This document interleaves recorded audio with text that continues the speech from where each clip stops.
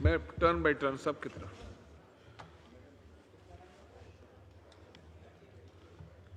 نحمده ونصلي على رسوله الكريم اما بعد فاعوذ بالله من الشيطان الرجيم بسم الله الرحمن الرحيم انا نحن نزلنا الذكر وان له لحافظون صدق اللہ العظیم. شکریہ جناب اسپیکر. سب سے پہلے تو میں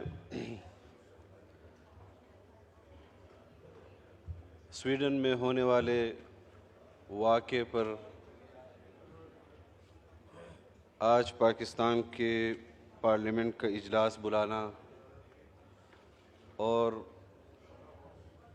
اس واقعے کو اس کے ایجنڈے پر رکھنا، جس روز یہ واقعہ دنیا کے کونے کونے تک اس کی خبر گئی، امت مسلمہ کا، مسلمانوں کا رد عمل اس پر آیا، مسلم حکمرانوں کا رد عمل اس پر آیا، پاکستان کا رد عمل، اسلامی جمہوریہ پاکستان کے وزیر اعظم میاں شہباز شریف صاحب نے تمام سیاسی زعماء نے، مذہبی زعماء نے اس واقعے کی شدید الفاظ میں مذمت کی، اس کو نفرت انگیز، شرانگیز واقعہ قرار دیا. OIC کے حوالے سے مطالبہ کیا گیا کہ اس فورم پر اس کو اٹھایا جائے اور اس قسم کے واقعات جو ماضی میں بھی ہوتے رہے ہیں اس فورم پر ایک فیصلہ کیا جائے جس کو اقوام متحدہ کے فورم پر اٹھایا جائے اور ایسے واقعات کی روک تھام کے لیے اور سدباب کے لیے اپنا اپنا کردار ادا کیا جائے. میں نے کابینہ میں جناب وزیر اعظم صاحب کی طرف سے مملکت خداداد پاکستان کے اس موقف کو سنا، اس پر پوری کابینہ کی تائید ان کو حاصل تھی اور اس واقعے کو آج اس اجلاس کی صورت میں پوری قوم کا موقف، قوم کے نمائندوں کا موقف یہاں پر آپ کے سامنے رکھا جا رہا ہے. ایک طرف یہ واقعہ رونما ہوتا ہے، دوسری طرف سویڈن کی حکومت اس کو انفرادی فعل قرار دیتی ہے. جناب اسپیکر، اس کو مسترد کرتی ہے. لیکن اگر آپ اس واقعے کے جزیات میں جائیں گے تو عید کے روز ہونے والا یہ واقعہ، جس واقعے کی اجازت وہاں کی مقامی عدالت نے اس فرد کو دی اور سویڈن کی پولیس کی نگرانی میں یا سیکیورٹی کہہ دیں، قرآن کریم کو اس ملعون شخص نے نظر آتش کیا. سویڈن کی طرف سے سرکاری مذمت جو آئی اس میں انہوں نے صرف اتنا کہا کہ ہم اس واقعے کو مسترد کرتے ہیں، مذمت کرتے ہیں اور اس حق کو بھی جائز سمجھتے ہیں جو اس نے کیا ہے. کیا یہ حقائق سامنے آ جانے کے بعد بھی ہم کوئی ایسا لاہ عمل اختیار کر سکیں گے جہاں پر ہم ایک طرف مغرب کی ان پالیسیوں کا مسلسل نشانہ بن رہے ہیں، ہم مسلسل ہمارا ملک اس کی زد میں ہے کہ جہاں پر ہم اسلامی جمہوریہ پاکستان کے اس اسلامی تصور کو اجاگر کرنا ہمارے فرائض منصبی میں ہے، ہماری ریاست کے فرائض منصبی میں ہے، ہماری حکومتوں کے فرائض منصبی میں ہے۔ آج ہم پاکستان کے 75 سال تو منا رہے ہیں، لیکن کیا ہم نے اسلام کے حق میں آئین کے دیے ہوئے ان ہدایات اور احکامات کی روشنی میں اسلام کے حق میں وہ پروپیگنڈا کیا ہے جو اس ریاست کا اور اس ریاست کے آئین کا اسلام پر حق ہے، یا ہم نے اسلام کے خلاف پروپیگنڈا کیا ہے؟ جناب اسپیکر، میں حکومت کا حصہ ہوں، میں کابینہ کا حصہ ہوں، لیکن کچھ چیزیں ایسی ہیں کہ جس پر مجھے اپنی پارٹی کی طرف سے اور اپنی قوم کی طرف سے اٹھائے جانے والے سوالات کو اس پارلیمان کے اندر ضرور بیان کرنا ہے کہ مغرب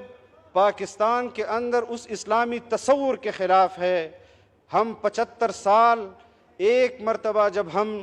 اس ملک کو 2 قومی نظریے پر بننے والا ملک کہتے ہیں، نظریاتی طور پر اس ملک کو اسلامی بنیادوں پر کھڑا کرنے والا ملک کہتے ہیں، تو پھر 75 سال ہونے کے باوجود یہ بحث آج بھی کیوں جاری ہے کہ پاکستان ایک اسلامی ریاست ہے یا پاکستان ایک سیکولر اسٹیٹ ہے؟ کیا قائد اعظم نے اس پاکستان کو اسلامی ریاست کے تصور سے نہیں بنایا تھا؟ کیا انہوں نے بر صغیر کے اندر 2 قومی نظریے کی بات نہیں کی تھی؟ آج اگر ہم سویڈن میں ہونے والے واقعے پر جو ایک ملعون شخص نے قرآن کریم کے بارے میں کیا، اور یہ تسلسل ہے ان واقعات کا جناب اسپیکر جو ماضی میں بھی ہوتے رہے، ماضی میں بھی ہم احتجاج کرتے رہے، ماضی میں بھی ہم ان کے سامنے مذمتیں کرتے رہے، لیکن اب ہمیں اس کو فیصلہ کن مرحلے کی طرف لے جانا ہوگا۔ ہمیں دنیا کے ہر فورم پر جو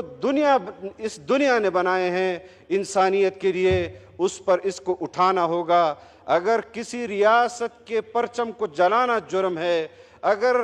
کسی ریاست کے سپہ سالار کی تصویر کو جلانا جرم ہے، تو پھر جناب نبی کریم صلی اللہ علیہ وسلم پر نازل ہونے والے قرآن کریم کو جلانا سب سے بڑا جرم قرار دینا چاہیے، اور ہمیں یہ بات ان پر عیا کر دینی چاہیے کہ مغرب کی وہ ترجیحات جو پاکستان میں اسلامی ریاست کے خلاف ہیں، اور میں اس کا آغاز جناب اسپیکر اس وقت سے جب جنرل سکندر مرزا مغرب کی پالیسیوں کی دوام کے لیے اور ان کی ترجیحات کے لیے کہ پاکستان ایک اسلامی اسٹیٹ نہ رہے، اس وقت سے اس ملک کے اندر اسلام کے خلاف پروپیگنڈا ہوا، مسلمان کے خلاف پروپیگنڈا ہوا، لیکن اس ملک میں بسنے والے 22 کروڑ عوام جنہوں نے مذہبی لوگوں کو، جنہوں نے جمہوریت کے ذریعے اپنے ان پیشواؤں کو اس پارلیمنٹ میں بھیجا، اس دستور ساز اسمبلی میں بھیجا، جنہوں نے 25 سال مسلسل جدوجہد کے بعد بالآخر اس پاکستان کو ایک اسلامی آئین دیا، اور آج ہم تمام جماعتیں اس بات پر فخر کرتے ہیں کہ ہم نے اس کو، قائد اعظم نے اس ملک کو اسلامی ملک کے طور پر حاصل کیا، اور ہم اس بات پر فخر کرتے ہیں کہ ہم نے اس ملک کو ایک اسلامی آئین دینے کے بعد اس سفر میں اس پر اضافہ کیا کہ جو قائد اعظم پاکستان کو دیکھنا چاہتے تھے اس کا آئین ہم نے اسی طرح قوم کو دیا۔ جناب اسپیکر، قرآن کریم کی بے حرمتی اور قرآن کریم کے ساتھ ہونے والے اس نفرت انگیز، شرانگیز فعل کی ہم امت مسلمہ کی اس آواز کے ساتھ آواز ملانا چاہتے ہیں، اور ہم چاہتے ہیں کہ OIC کی فورم پر ایک طاقتور بیانیہ بنایا جائے، اس کو اقوام متحدہ کے پلیٹ فارم پر لے جایا جائے، اور اس مسئلے پر ایک مستقل قانون سازی ہونی چاہیے۔ آج ہمیں مغرب تنگ نظری کی بات کرتا ہے اسلام کے خلاف شدت پسندی کی بات کرتا ہے۔ آپ مجھے بتائیں جناب اسپیکر، قرآن کریم میں مختلف انبیاء کرام پر کے نام پر صورتیں ہیں۔ آج مسلمانوں کے گھر میں ان کی اولادوں کے نام موسیٰ بھی رکھے جاتے ہیں، عیسیٰ بھی رکھے جاتے ہیں، مریم بھی رکھے جاتے ہیں۔ آج پھر بھی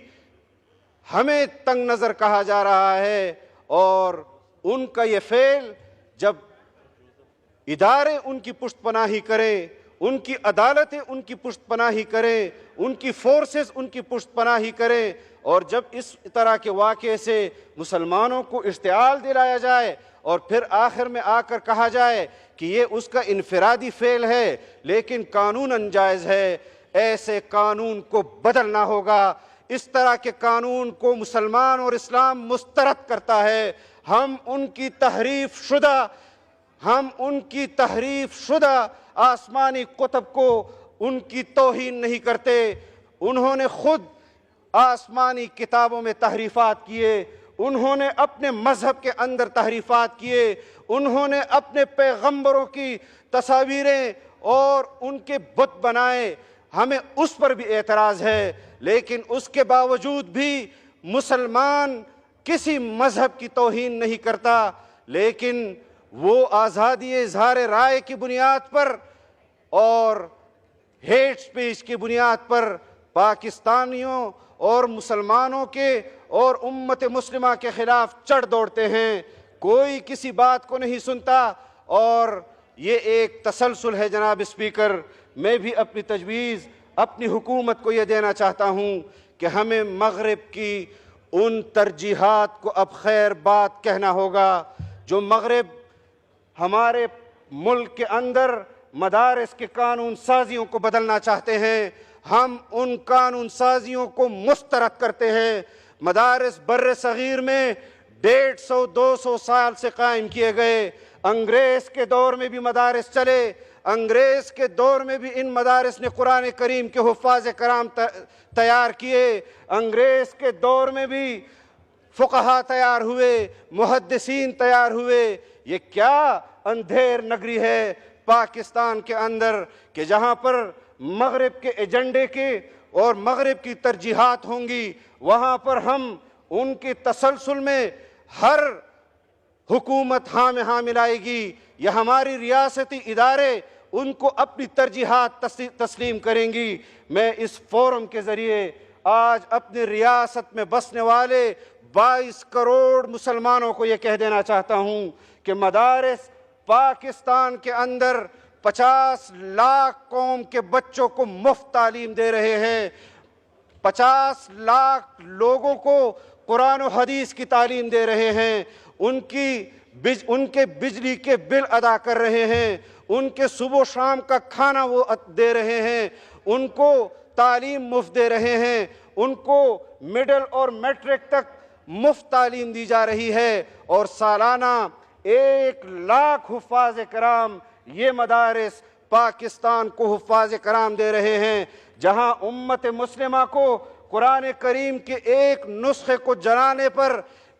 بے چینی، بے قراری ہے، وہاں اگر مغرب کے ایجنڈے پر ہماری ریاست اور ہماری حکومت ان ترجیحات کو اپنے سامنے رکھے گی تو جمعیت علماء اسلام کو اپنے سامنے پائے گی۔ ہم مدارس پر کسی قسم کا کمپرومائز نہیں کریں گے۔ جہاں پر قرآن کریم کے حفاظ تیار ہوتے ہیں، ہم مدارس پر کسی قسم کا کمپرومائز نہیں کریں گے۔ جہاں پر جناب نبی کریم صلی اللہ علیہ وسلم کے حدیث اور ان کے ذریعے انسانیت تک لائے ہوئے دین کی تشریحات کرتی ہیں، اسلامی نظام کی بات کرتی ہیں، آج بھی ہمیں اس بات پر ہوش کے ناخن لینے چاہیے۔ اور میں اس بات سے متفق ہوں جناب وزیر اعظم کی کہ جناب وزیر اعظم جنرل سکندر مرزا سے جنرل باجوہ تک مدارس کی جو اصلاحات کے نام پر ان کی قانون سازیوں کو، ان کی مدارس کو فٹ بال بنایا گیا، کبھی ایک ادارے کے پاس اس کو بھیجو، کبھی دوسرے ادارے کے پاس اس کو بھیجو، کبھی اس کو اس قانون کے تحت رجسٹر کرو، کبھی اس کو اس قانون کے تحت رجسٹر کرو۔ رجسٹریشن کا مسئلہ ہے، ملک کے اندر قوانین موجود ہیں، اگر میں اس قانون سے فائدہ اٹھانا چاہتا ہوں کہ میں اس رجسٹریشن کے مطابق اپنی رجسٹریشن کرانا چاہتا ہوں، کسی محکمے کا افسر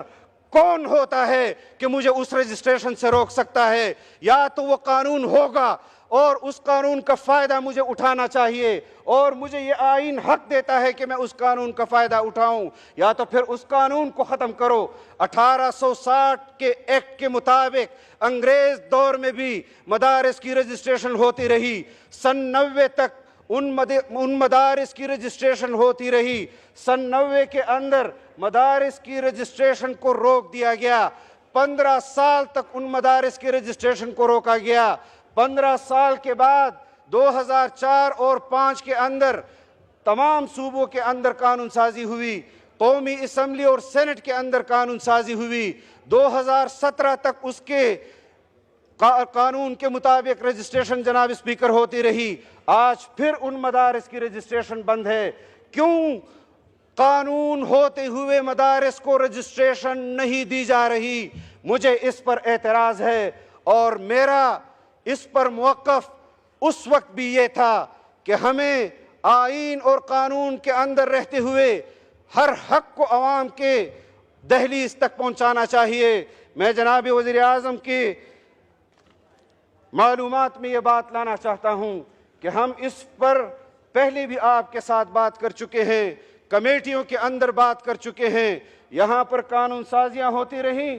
یہاں پر جوائنٹ سیشن بلائے جاتے رہے، یہاں پر مختلف قانون سازیاں ہوتی رہیں۔ ہم نے کبھی آپ کے ساتھ قانون سازیوں میں سودا بازی نہیں کی، خدا کی قسم نہیں کی، آئندہ بھی نہیں کریں گے۔ لیکن یہ مدارس کا حق ہے کہ پاکستان کے اسلامی نظریاتی عقیدے کے لحاظ سے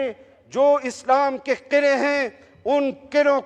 کی حفاظت کرنا اگر یہ آپ کر گئے، اگر یہ آپ کی حکومت کر گئی، تو پھر یہ مغرب کو منہ توڑ جواب ہوگا کہ جو سالوں سے، کئی 100 سالوں سے پاکستان میں نہیں بلکہ ہر اسلامی ریاست میں اپنے مقاصد کے حصول کے لیے اسی مسجد،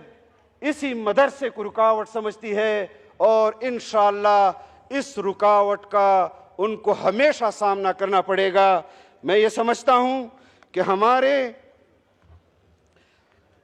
ہمارے اہداف بالکل واضح ہیں۔ ہم کسی صورت بھی ان اہداف کو کسی دوسرے فلسفے کے ساتھ، کسی دوسرے مقصد کے ساتھ خلط ملط نہیں کریں گے، لیکن ہمیں یہ بات خود بھی سمجھنی ہے کہ اس وقت جو صورتحال ہے ملک کے اندر، مسلمانوں کی، امت مسلمہ کی، ان کی قیادتوں کی، آج ہمیں ان ذمہ داریوں کو سمجھنا ہوگا۔ اور جناب اسپیکر، میں آپ کے توسط سے پورے قومی اسمبلی کے اور سینٹ کے اراکین کے سامنے یہ بات بھی رکھنا چاہتا ہوں کہ ہمارے ملک کے اندر سیکیورٹی کے مسائل ہیں۔ یہاں پر مدارس کو بموں سے اڑایا جاتا ہے، 200 طلباء اس کے اندر جل بھن جاتے ہیں، قرآن کریم اس کے اندر جل بھن جاتے ہیں۔ اس وقت اس توہین انگیز، نفرت انگیز، شرانگیز اس عمل کو ہم ریاست کے طور پر کیوں نہیں روک سکے، اور کیوں نہیں روک سکتے؟ بلوچستان کے اندر جو کچھ ہو رہا ہے، قبائل کے اندر جو کچھ ہو رہا ہے، وہاں پر مدارس کے اندر جو کچھ ہو رہا ہے، آپ ہمیں کہتے ہیں، بلکہ ہم خود آپ سے بڑھ کر دعوے دار ہیں کہ ہم نے اس ملک کو متفقہ آئین دیا، اسلامی آئین دیا، لیکن آج 73 کے بعد 2023 کے اندر ہمارے علماء کرام کو شہید کیا جاتا ہے جناب اسپیکر، اور آپ کے 1-2 سالوں کے اندر ہمارے ایک تحصیل میں، باجوڑ تحصیل میں 17 علماء کرام کو شہید کیا گیا، ان کی وجہ سے وہاں مدارس بند ہوئے۔ میرن شاہ کے اندر جس تحصیل میں ہم نے پاکستان کا جھنڈا بلند کرنے کے لیے اجتماع مقرر کیا، اور کیوں کیا جناب وزیر اعظم؟ اس لیے کیا کہ وہاں اس تحصیل میں دوسرے ملک کا جھنڈا لہرایا گیا۔ جمعیت علماء اسلام نے وہاں اجتماع کیا اور پاکستان کا جھنڈا وہاں لہرایا۔ اس کے بعد عید کے دن تک 5واں جنازہ ہم وہاں اٹھا چکے ہیں۔ آپ ہمیں کہتے ہیں جمہوریت، انتخابی سیاست، میں جنازے اٹھاتا رہوں، میں اپنے رجال کار کو زمین کے سپرد امانتاً کرتا رہوں۔ آپ مجھے کہیں کہ وہاں پر جا کر لوگوں سے ووٹ مانگو، اسمبلیوں تک اپنی رسائی ممکن بناؤ، اقتدار تک پہنچو، پھر اپنے نظریات کی عملداری اور امپلیمنٹیشن کرو۔ کون سا ضلع ہے میرے صوبے کے اندر، کون سی تحصیل ہے میرے صوبے کے اندر، کون سا ضلع ہے بلوچستان کے اندر، کون سی تحصیل ہے فاٹا کے اندر جہاں جمعیت علماء اسلام کے رہنما شہید نہیں کیے گئے، جہاں ان کے کارکن شہید نہیں کیے گئے؟ کیوں؟ اس بنیاد پر کہ وہ اسلامی ریاست کے تصور سے پاکستان کے اندر جدوجہد کر رہی ہے، وہ پاکستان کے آئین کے لیے جدوجہد کر رہی ہے۔ ہمیں اپنی شہادتوں پر مایوسی نہیں جناب اسپیکر، لیکن ہمیں اس ریاست کے طور پر اپنی ترجیحات کا تعین کرنا ہوگا۔ ایسے ممکن نہیں ہے جناب اسپیکر، ہم نے اس ملک کے اندر انجینئرڈ الیکشنز دیکھے، ہم نے اس ملک کے اندر انجینئرڈ حکومتیں دیکھی۔ آج بھی ہم اس فورم پر یہ بات کر رہے ہیں کہ 2018 کے اندر ہم نے حکومت بائی چوائس نہیں لی تھی، ہمیں اس کی دعوت دی تھی کہ آپ اگر 2018 میں ایک مخصوص جماعت کی وزارت عظمیٰ کو تسلیم کر لیں تو آپ کو ہم صوبوں میں حکومتیں دیں گے۔ جناب اسپیکر، ہم حکومت کریں گے، عوام کی زور پر کریں گے، لیکن انتخابات میں اگر اس قسم کی صورتحال ہوگی جو تشویشناک ہے، میں غمزدہ ہوں جناب اسپیکر، میری جماعت اس پر غمزدہ ہے۔ ہم لاشیں اٹھا اٹھا کر تھک گئے، ہم یہاں پر اس بات کا ذکر نہیں کرتے۔ اس کی بنیادی وجہ یہ ہے کہ ہماری جماعت ایک اسلامی پاکستان کی بات کرتی ہے، اس کی وجہ یہ ہے کہ ہماری جماعت ایک جمہوری پاکستان کی بات کرتی ہے۔ دنیا بھر کے ایجنڈے پاکستان پر مسلط نہ کیے جائے جناب اسپیکر۔ ہم ان تمام ایجنڈوں کو جو مغرب کی ترجیحات میں سر فہرست ہیں، ہم ان کا مقابلہ کریں گے، ہم مل کر اس کا مقابلہ ہمیں کرنا چاہیے۔ اس ریاست کی ذمہ داری ہم سب کی ذمہ داری ہے۔ ہمیں ایک مرتبہ پھر جناب وزیر اعظم سے درخواست کرتا ہوں کہ ہمارے اس مسئلے کو جو آپ کی نگرانی میں حل ہو چکا تھا، اس کو جلد از جلد اس کی قانون سازی کے لیے یہاں پر احکامات جاری کریں اور اس مسئلے کو ختم کریں۔ جناب وزیر اعظم، یہ ملک 1,00,000 حفاظ کرام دیتا ہے۔ دنیا بھر کے اندر قرآن کریم کے تمام نسخے بھی مٹا دیے جائیں، ہٹا دیے جائیں، یہ حفاظ کرام جس طرح اِنَّا نَحْنُ نَزَّلْنَا الذِّكْرَ وَإِنَّا لَهُ لَحَافِظُونَ، اللہ رب العزت نے اس قرآن کی حفاظت کا ذمہ اٹھایا ہے۔ ہم نے دیکھنا ہے کہ ہم اللہ کی قرآن کریم کی جو خدمت اسلام نے ہمارے ذمہ لگائی ہے، اس خدمت کو ہم پورا کر سکتے ہیں یا ہم پورا نہیں کر سکتے۔ یہ ہمارا امتحان ہے۔ قرآن میں رہنا ہے، اور جب تک قرآن رہے گا یہ دنیا باقی رہے گی۔ ہم اس بات پر مکمل حکومت کو تائید دیں گے کہ وہ جس فورم پر بھی اس مسئلے کو اٹھائے گی، اس مسئلے کو اب مستقل طور پر ختم ہو جانا چاہیے۔ ہم اللہ تعالیٰ سے دعا گو ہیں اور پاکستان میں اسلامی ریاست کے تصور سے جو ہمارے اکابر نے اس ریاست کو بنایا تھا ہم عملاً بھی اس کو دیکھ سکیں۔ کچھ گزارشات میں نے اس فورم پر کر دی ہیں اور کچھ گزارشات میں انشاءاللہ کیبنٹ کے فورم پر جناب وزیر اعظم اور اپنی کابینہ کے سامنے رکھوں گا۔ Thank you. وآخر دعوانا Thank you. ان الحمد للہ رب العالمین۔ Honorable